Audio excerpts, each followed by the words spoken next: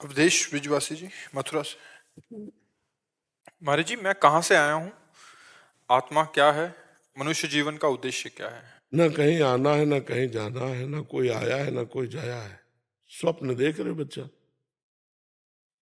मानोगे हमारी बात? उमा कहूं मैं अनुभव अपना, सत हरि भजन जगत सब सपना। अब सपने जो सिर काटे कोई, बिन जागे दुख दूर न होई। स्वप्न में एक आदमी समुद्र में डूब रहा है और वो कंट्रोल बिगड़ गया। वो कह रहा बचाओ, मैं समुद्र में डूब रहा हूं। अब आसपास वाले क्या करें हमें बताओ?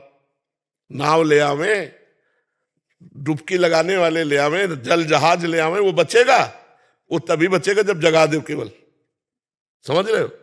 ऐसे ही बच्चा, न तुम स्त्री हो न पुरुष हो, न कहीं से आए हो न कहीं जाने वाले हो। तुम परमात्म स्वरूप हो। अपने स्वरूप को भूल करके मोह निशा सब सोवनिहारा, देखे स्वप्न अनेक प्रकारा। स्वप्न में देखा, आप भी थे, बाजार भी थी, संसार भी था। देखा ही होगा स्वप्न। क्या कुछ था क्या?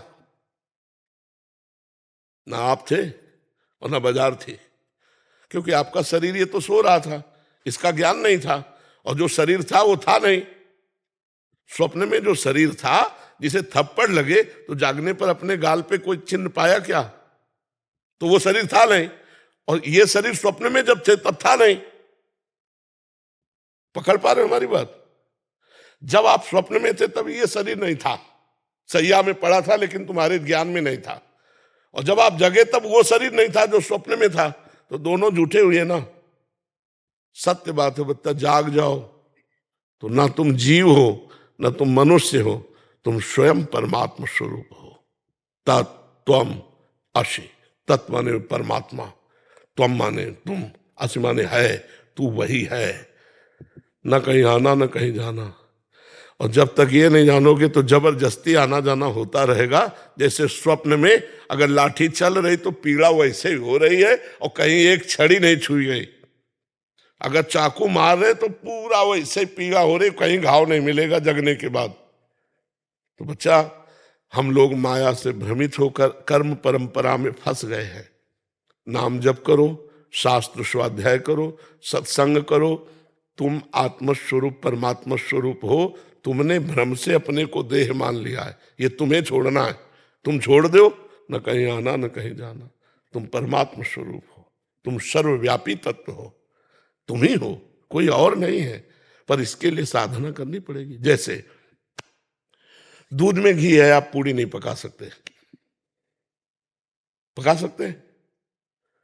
और है घी, पूड़ी पकाने वाला पदार्थ है। उसकी एक प्रक्रिया है। दूध को गरमाओ, दही जमाओ, फिर मक्खन निकालो, फिर उससे घी।